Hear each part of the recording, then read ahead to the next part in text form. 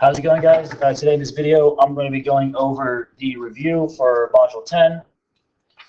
We're not going to go over all of it. We're only going to go over a few problems, go over one problem out of each section.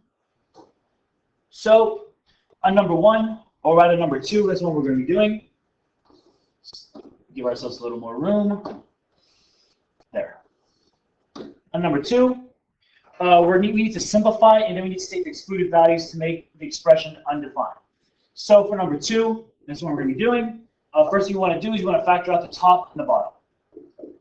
So the bottom, x squared plus 3x plus 2, that's going to factor out into x plus 2 times x plus 1. And for the top, we have 2x squared plus 9x plus 10. So we need to find factors of our a times our c, or 20, that add up to give us our b value of 9. In this case, that's 5 and 4. And once we have our factors, you can either put it into a box or do the split the middle term method, whatever you like. I'm going to go with the box. The top left is our ax squared. The bottom right is our c value of 10. In the diagonal are your factors. We're going to find the GCF of the first row. That's just x. And x times 2x gives us 2x squared. X times 5 gives us 5x. And then 2x times 2 gives us 4x. And 2 times 5 does give us 10. So what's on the outside is going to be our factors. So the top is 2x plus 5 multiplied by x plus 2. So once we factored everything out, that is when you want to find your excluded values. Do not find your excluded values after you simplify or after you cancel stuff out, because you might forget an excluded value. So from here, we're going to set each factor in the denominator equal to 0. So when x plus 2 equals 0, we get x equals negative 2. And when x plus 1 equals 0, we get x equals negative 1. So these right here are excluded values. So x cannot equal either of those values. And then once we have our excluded values, that's when we want to reduce the fraction. There we go. Sorry, we reduce the fraction once we get our excluded values, and we see these x plus 2's cancel. And we're left with 2x plus 5 all over x plus 1. Okay, let's go on to number 4 now. Let's give ourselves a little more room. So, for number 4, we're asked to write an equivalent rational expression with the set denominator that they're going to give us. So for number 4, we're told, we have 4 over 4x minus 16, and we want to rewrite this to have a denominator of 4 times x minus 4 times x minus 1. So first thing we're going to do is we're going to factor out the expression that they gave us. So we have 4 all over 4 times x minus 4. So that's what we have when we factor it out. And what we want is an equivalent fraction or expression that has a denominator 4 times x minus 4 times x minus 1. So we have 4 over 4 times x minus 4, and we want an equivalent expression with this denominator here. So when we compare the two denominators, we see that the only thing we're missing is this x minus 1. So if we're missing that x minus 1 on the bottom, we need to multiply the bottom of the left side with that x minus 1, because that's what we're missing. But we need to make sure the value stays the same. So we multiply the bottom by x minus 1. We also need to multiply the top by that same x minus 1 to make sure that the value stays the same. X minus 1 divided by x minus 1 is still 1. So we're not changing the value of the function. So our final answer will be 4 times x minus 1 all over the denominator that they wanted us to have. And that's the answer to number 4. Now let's go on to number 5. Looks like we don't have a number 5 here. I'm not sure why. But I guess we'll just do number 7 and number 8 instead. Or just number 7. All right.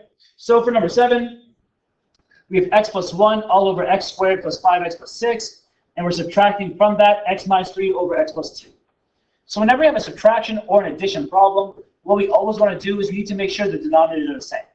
So to do that, we're going to factor out both equations as much as we can.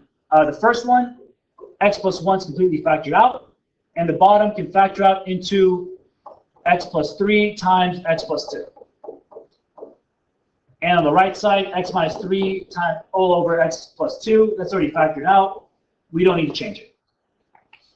All right? So what we're going to do here is, or what I like to do anyway, is I like to look at both denominators and see what each one is missing.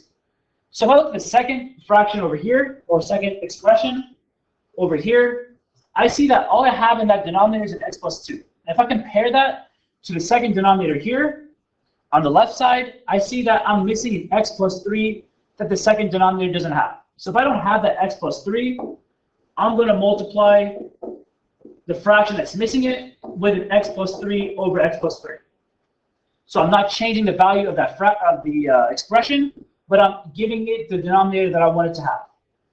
So when I rewrite this, I have x plus 1 all over x plus 3 times x plus 2 minus x minus 3 times x plus 3 all over x plus 2 times x plus 3. And now I have the same denominator on both sides, so I'm good to go. Just close that parentheses. All right, so now I got the same denominator. Before I actually start subtracting, what I want to do is I want to figure out my excluded values. So my excluded values will be everything that turns the denominator into 0, right? So we're going to set each of these factors equal to 0. And when we do, we get that x, the excluded values are x equals -3 and -2. So these are our excluded values, or what x cannot equal. So from here, now we're going to subtract both equations, and we're going to get our simplified expression. So you have x plus 1. All of that is going to be subtracted by x minus 3 times x plus 3. And all of that over the denominator, x plus 3 times x plus 2. So we're going to FOIL out the x minus 3 times x plus 3, and we're going to add like terms. So you have x plus 1 minus x minus 3 times x plus 3. That's a difference of squares. So we should get x squared minus 9 when you FOIL that out. All over the same denominator. And now we're going to distribute out this negative. And when you do, you get x plus 1 minus x squared plus 9 all over our denominator. And when you add like terms, what you get is negative x squared plus x plus 10. All that over the same denominator. And you can factor out that -1 if you want to from the top. It doesn't really matter, but you could probably be better to factor it out. So you can factor out the -1 if you want to. But this is my simplified expression. So we're not going to do number 8.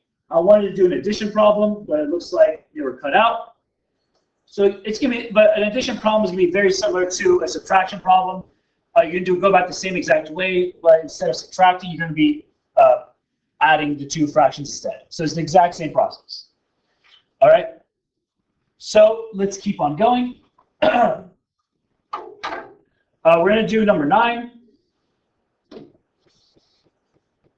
Number 9, we have 3x squared all over x squared minus 2x minus 8 multiplied by 2x squared minus 6x minus 20 all over x squared minus 3x minus 10. So we're multiplying two rational expressions. What we're going to be doing first anyway is that we're going to make sure everything's factored out. So that's the first thing we're going to do. The first fraction, 3x squared, is already factored out. And x squared minus 2x minus 8, that's going to factor out into x minus 4 and x plus 2. And then for the second fraction, we can factor out a 2 in the top, and we're left with x squared minus 3x minus 10 all over x squared minus 3x minus 10. All right, and x squared minus 3x minus 10, we have that in the top and the bottom. We're not going to cancel anything out yet because we need to figure out our excluded values. But when we factor that out, you get x minus 5 times x plus 2. So we're going to replace both of those with the factored form of it. Just go ahead and just rewrite the whole thing. You took out a 2, and x squared minus 3x minus 10 factors out into x minus 5 times x plus 2. And that's what we have on the top and the bottom.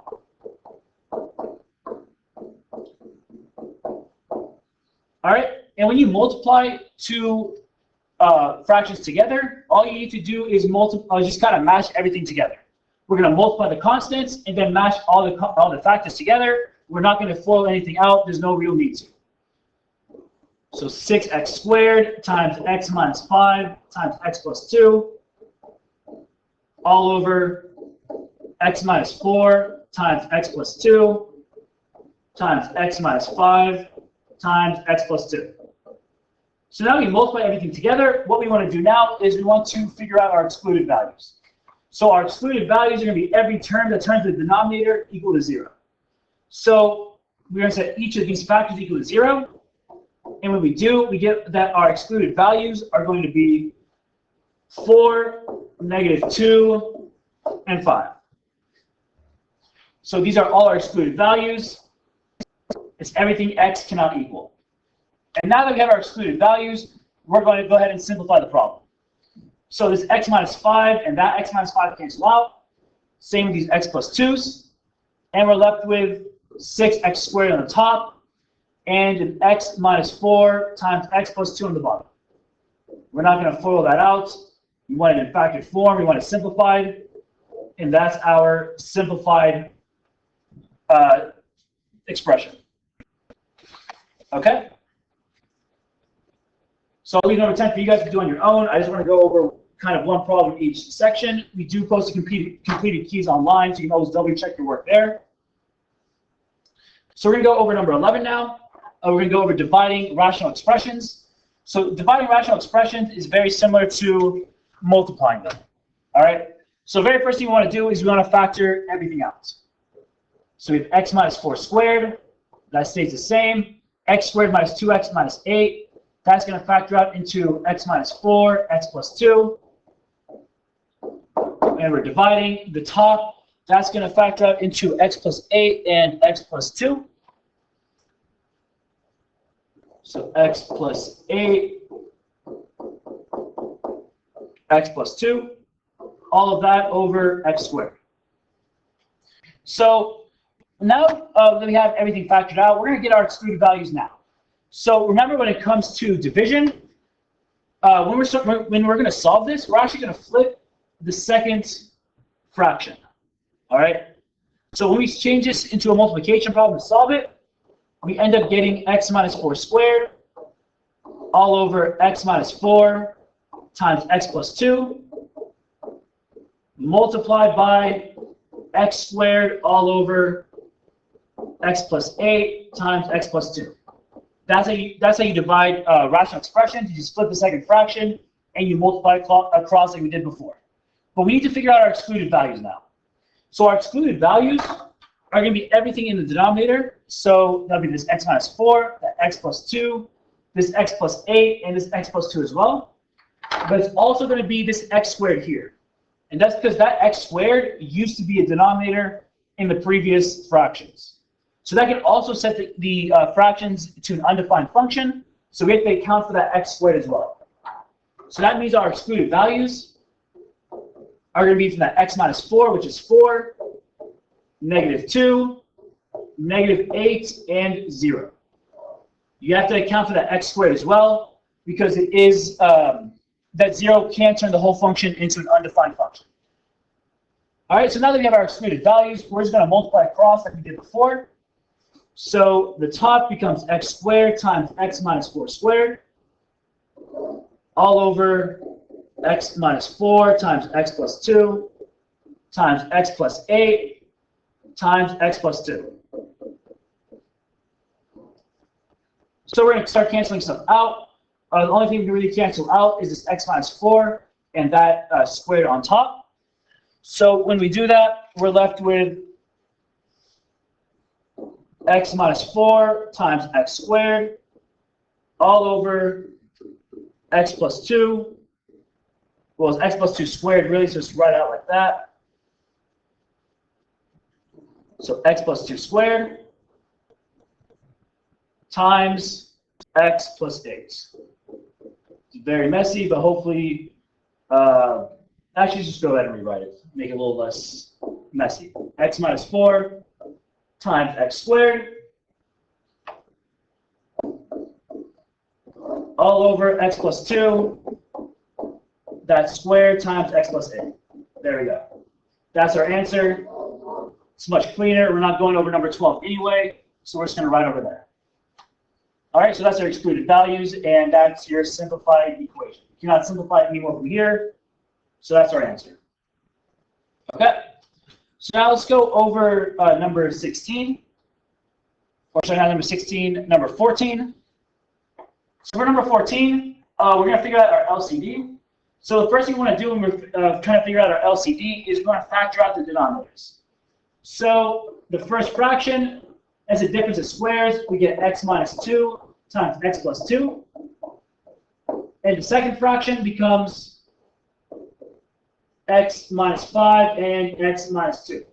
All right? So to figure out our LCD,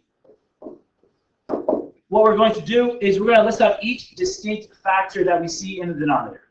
So I see an x minus 2, an x plus 2, and an x minus 5. I have another x minus 2, but I'm not going to account for that, so I already have it right there. So now that I've listed out each distinct or different factor I see in the denominator, I'm going to multiply them all together, but I'm going to make sure I'm multiplying by the highest degree that I see in the denominator. So x minus 2, the highest exponent I see with x minus 2 is just a 1. So I'm just going to multiply by x minus 2. For x plus 2, the highest exponent that I see with that is also 1. And for x minus 5, the highest degree that I see there is also x minus, it's just 1, sorry, so we're just multiplying by x minus 5. So that right there is our least common denominator. X minus 2 times x plus 2 times x minus 5. Okay? So let's keep on going. We're going to go over, this were 16 and 15. I don't know why it's reversed like that, but we're going to be going over number 16. All right, so we're going to solve each rational equation algebraically. So what we're going to do, the very first thing we need to do is we need to make sure everything's completely factored out. And we see that, well, not everything, but really the denominators are completely factored out. And we see that the denominators are factored out, so we're good to go. All right, so now we're going to figure out our LCD. So we're going to go about it the same way we did in the previous problem. List out each distinct or different factor that we see. And the only ones we see are x minus 6 and x plus 2. We don't need to list out the other x minus 6 since we have it right there. And now we're going to multiply them all together, all our distinct factors together, by the highest degree of each factor that we see. So the highest degree of x minus 6 that I see is just 1, or the highest exponent with the x minus 6 is just 1. And the highest x plus 2 that I see, the highest power of x plus 2 that I see is just 1. So we're multiplying with just x plus 2. So that right here is my LCD. And once I have my LCD, I'm going to multiply each fraction with my LCD. So I have 2x minus 7 all over x minus 6, multiplied by my LCD of x minus 6, x plus 2, minus x over x plus 2, times my LCD of x minus 6 times x plus 2. That's all going to equal 5 all over x minus 6 times the LCD of x minus 6, x plus 2. So I multiply each factor, or each fraction, sorry, by my LCD. And from here, I'm going to cancel stuff out. And when you multiply any fraction by its LCD, you should be able to get rid of the denominator. And that's the whole point of multiplying with LCD, is to get rid of the denominator to make it easier to solve. So all those cancel out, that crossed out. And here we're left with 2x minus 7 times x plus 2 minus x times x minus 6, and that equals 5 times x plus 2. Okay? So from here, we're going to multiply everything out. So 2x minus 7 times x plus 2. When you distribute it out, we have 2x squared plus 4x minus 7x minus 14. And that's going to be minus x squared minus 6x. And that'll all equal 5x plus 10. Okay? So we're going to add like terms, or we're going to distribute that negative as well. So 2x squared minus 3x minus 14 minus x squared plus 6x. We're going to minus that 5x over, so minus 5x, and that 10 as well. And that all equals 0. So we're moving these to the other side. So let's keep on adding like terms. We have a negative x squared and a 2x squared. It gives us a positive x squared. Negative 3x and 6x gives us a positive 3x. And then a negative 5x gives us a negative 2x. And negative 14 with negative 10 is negative 24. So I did that a little quickly, but all we're doing is just adding like terms. All right? So from here, we're just going to factor this out. In our factors, it will give us our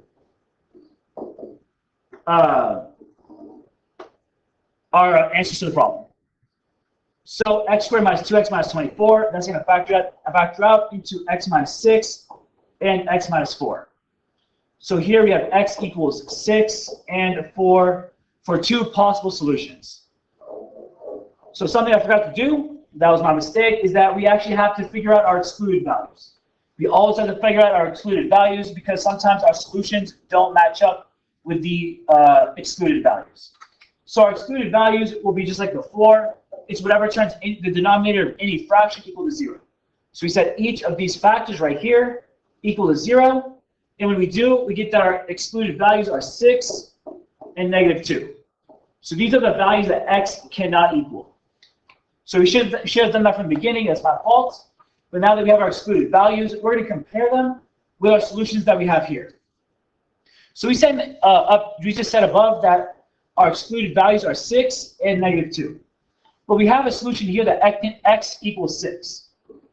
And that's just going to be called an extraneous solution. It doesn't match. If you have a solution that is in the restrictions or in your excluded values, that cannot be a real solution. It's going to be called an extraneous solution. So you cross it out.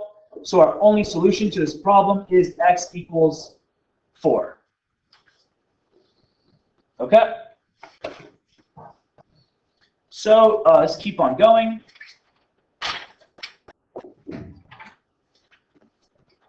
So we're going to do number 17 now. Give ourselves a little more room. There we go. 17, we're told the passenger train travels 392 miles in the same time that it takes a freight train to travel 322 miles. If the passenger train travels 20 miles an hour faster than the freight train, find the speed of each train.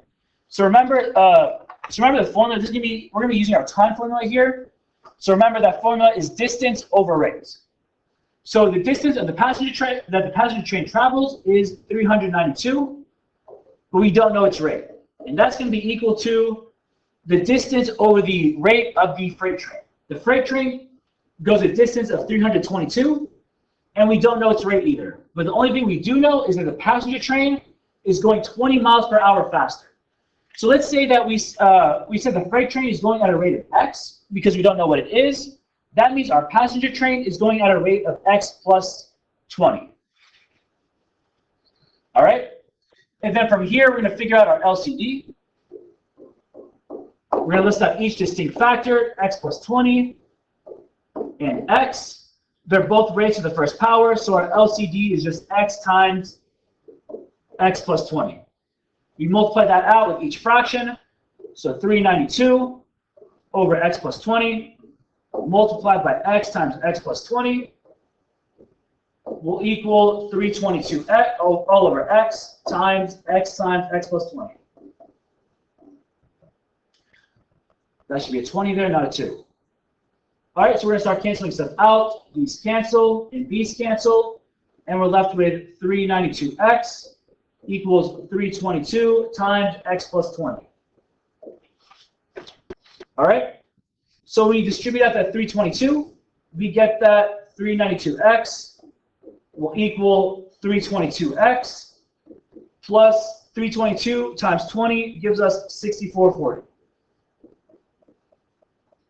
Okay, minus the 322 over, we get 70x equals 6440, and that x equals 92.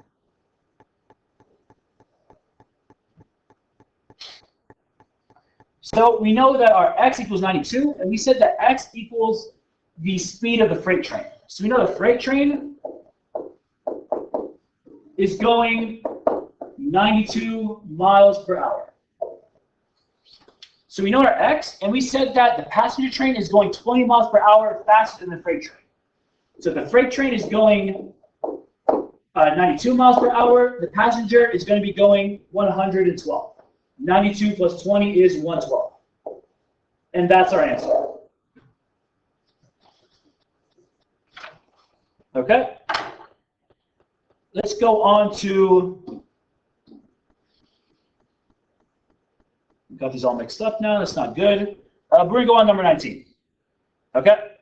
So for number 19, we're told that Jim can clean a large room in about 8 hours. And when Jim and Linda work together, they can clean the room in 5 hours. So we're going to write and solve a rational equation to determine how long it will take Linda to clean the room by herself. So this is going to be our work formula. So when Jim cleans the house, or the room, it takes him 8 hours, so we're going to put it as 1 over 8, 1 over our time 1. Add that with our 1 over time 2, which is Linda's time, which we don't know. If you don't know something, that's going to be x. And that's all going to equal 1 over the combined time, or how long it takes them to do the task together. So 5. So this is our equation, and from here, we're going to solve it out. So we're going to figure out our LCD first. And if you figure out your LCD, you should get 40x. That's our LCD. And from here, we're going to multiply each fraction by our LCD. 1 over 8 times 40x plus 1 over x times 40x. That equals 1 over 5 times 40x. So 40x divided by 8, that gives us a 5x. 40x divided by x is just 40. And 1 over 5 times 40x is going to give us an 8x. Now we just solve for x, minus 5x on both sides. We get 40 equals 3x. And when we divide that, we get that x equals 13.3. But we said we want the answer in hours and minutes. So this whole number right there, the 13, that's going to be our hours. So we have 13 hours. And the decimal part of the problem, the 0.3, that we're going to take that and we're going to multiply that with 60. So 0.3 times 60, that's going to give us about 20 minutes because the real answer is 13.33333. We're just rounding to 13.3. So the answer is going to be 13 hours and 20 minutes. So just take the decimal part of it, that 0.3, multiply it by 60, the total amount of time in an hour, and that's going to give you your minutes for the answer. And for the last problem, we're going to be going over number 20. So let's take it and bring it down. Okay. So for number 20, we're told it takes Lauren twice as long to clean the house as it takes Sarah to clean the house, but together they finish cleaning the whole house in 6 hours. And we want to know how long it takes them to clean the house separately. So what we do know is that when they clean the house together, that takes them 6 hours. So our work formula is 1 over time 1 plus 1 over times 2 equals 1 over the combined time. So we know the combined time is 6, so we know on the other side of the equal sign, we have 1 over 6. But we need to figure out what Lauren and Sarah's times are going to be. And the only thing we know is that it takes Lauren twice as long to clean the house as it takes Sarah. So if we said that Sarah's time is 1 over x, we know Lauren has to be twice as long. So it has to be 1 over 2x. So if Sarah is x, Lauren is going to be 2x. So that's going to be our equation. To figure out our LCD, the very first thing we need to do is we need to factor out our denominators. So let's go back and do that. And when we're trying to figure out LCD, we're not just going to factor out the factors, we're also going to factor out or get the prime factorization of the constants. So this becomes 1 over 2x plus 1 over x equals 1 all over 2 times 3. So now from here, we're going to list out each individual factor of the denominator. So we see a 2, we see an x, because that should be 2 times x, and then we see another 2, we're not going to write it again, and we see 3. So our LCD is we're going to multiply all our factors together, all our distinct factors anyway together, and when we do, the highest power of 2 is 1, so we multiply with 2. The highest power of x that we see is just x, and the highest power of 3 that we see is just 1, so it's just going to be 3. Our LCD is 6x. So we're going to take our LCD, and we're going to multiply with each fraction in the denominator. I'm going to go back with our original equation here, just because it'll be a little easier to solve with our LCD.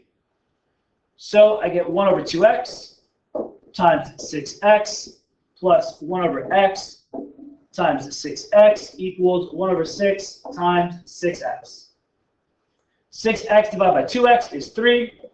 6x divided by x is just going to be 6. And 1 over 6 times 6x, that's going to reduce down into x.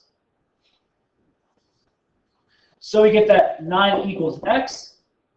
So we know, what we said was that Sarah's time is going to be set equal to x. So we know it takes Sarah